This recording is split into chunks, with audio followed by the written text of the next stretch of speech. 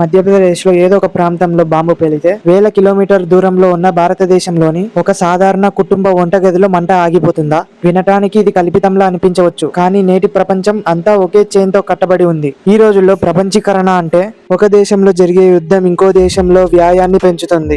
ఈ రోజు మనం మాట్లాడుకోబోయేది కేవలం ఒక అంతర్జాతీయ వార్త కాదు. ఇది రాబోయే రోజుల్లో ప్రతి భారతీయుడి జీవితం మీద ప్రభావం చూపబోయే ఒక ఆర్థిక, భౌగోళిక, రాజకీయ సంక్షోభం. అమెరికా, ఇరాన్, ఇజ్రాయెల్ మధ్య జరుగుతున్న యుద్ధాలు కేవలం ఆ ప్రాంతానికే పరిమితం కాలేదు. ఈ ఘర్షణ సెగలు నేరుగా మన దేశం ఆర్థిక వ్యవస్థను, ఇంధన భద్రతను, చివరికి సామాన్యుడి జోబిని కాల్చేస్తున్నాయి. అసలు అక్కడ ఏం జరిగింది? వేల మైళ్ళ దూరంలో జరిగే యుద్ధాలకు, మన ఇంట్లో వాడే గ్యాస్ సిలిండర్లకు, బైక్స్ లో పోసే పెట్రోళ్లకు అసలు ఏం సంబంధం? ఈ ప్రశ్నకు సమాధానం తెలుసుకోవాలంటే కొంచెం వెనక్కి వెళ్ళాలి. దశాబ్దాలుగా ఇజ్రాయెల్, ఇరాన్ మధ్య ఒక మౌన యుద్ధం నడుస్తూనే ఉంది. కళ్ళ ముందు యుద్ధం కాకపోయినా అనుబంధ సాయుధ గ్రూపులు, గూఢచర్యాలు, పరోక్ష దాడులు ఎప్పుడూ ఆగలేదు. కానీ రీసెంట్ గా ఈ సంఘటన ప్రమాదకరమైన సిచ్యువేషన్ కి చేరుకైంది. ఒకవైపు అమెరికా మద్దతుతో ఇజ్రాయెల్, మరోవైపు ఇరాన్ తన మిత్రు దేశాలతో ప్రత్యక్ష దాడుల్లోకి దిగుతుంది. డ్రోన్లు, మిసైళ్లు, ప్రతీకార చర్యలతో మొత్తం మధ్యచర్యం అట్టుడుగుతుంది. ప్రపంచానికంతా ఎందుకు భయం కలిగిస్తుందంటే కారణం ఒక్కటే, ఇంధనం.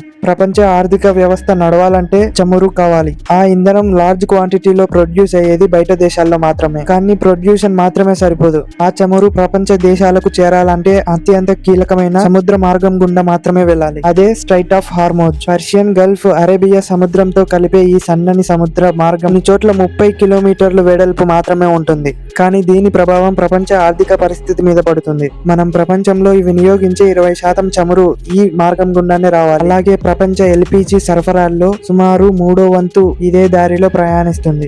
ఇరాన్ ఈ మార్గాన్ని మూసివేస్తామని హెచ్చరించిన ప్రతిసారి ప్రపంచం వణుకుతుంది. ఎందుకంటే ఇది చాలా ముఖ్యమైన మార్గము.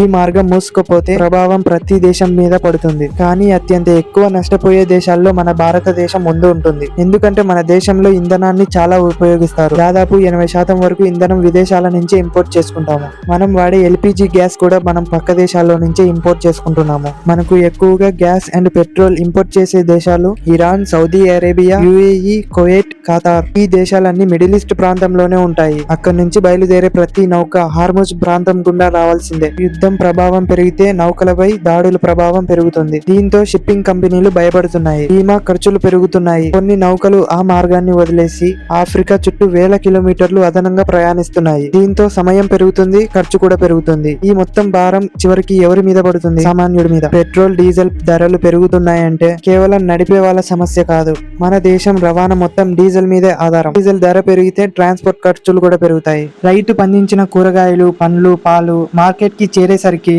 రేట్లు పెరుగుతున్నాయి.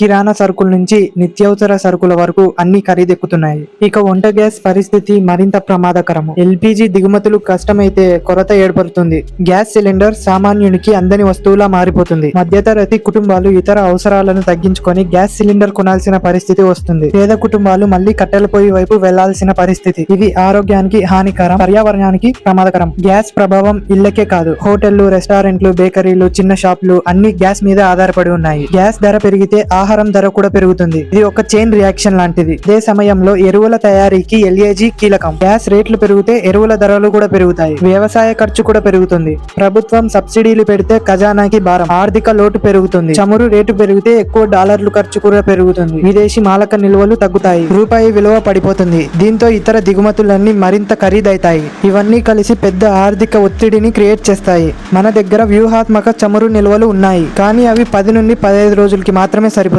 ప్రస్తుతం మన మోడీ గారు గ్యాస్ సిలిండర్లకి ఎలాంటి కొరత లేదు అని చెబుతున్నారు. వీడియో నచ్చితే లైక్ చేయండి, షేర్ చేయండి, ఛానల్ కి సబ్స్క్రైబ్ చేయండి. నెక్స్ట్ వీడియోలో మళ్ళీ కలుద్దాం. రాజస్థాన్ లో మన వాళ్ళు కట్టబోయే ప్రాజెక్ట్ గురించి క్లియర్ గా ఈ వీడియోలో ఎక్స్ప్లెయిన్ చేశాను. స్క్రీన్ పై కనిపించే వీడియోని క్లిక్ చేయండి. మళ్ళీ అక్కడే కలుస్తాను.